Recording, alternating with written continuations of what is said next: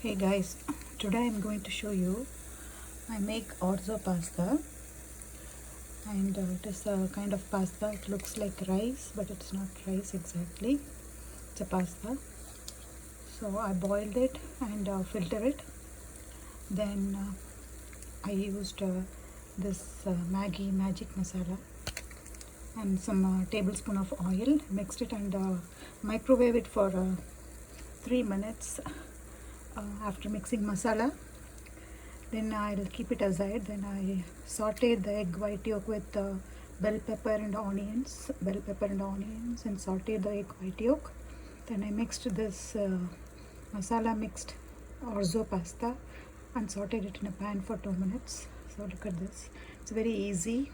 And the pasta, I boiled it in a microwave for 5 minutes. Then I filter it. Then I add this magic masala, this one, and a tablespoon of oil. Then again I microwave it for 2.5 minutes. Then I sauteed it like this. So this is a very quick and easy evening snack or dinner that you can do. So this is my evening dinner for today. It's also pasta with egg white yolk and bell pepper.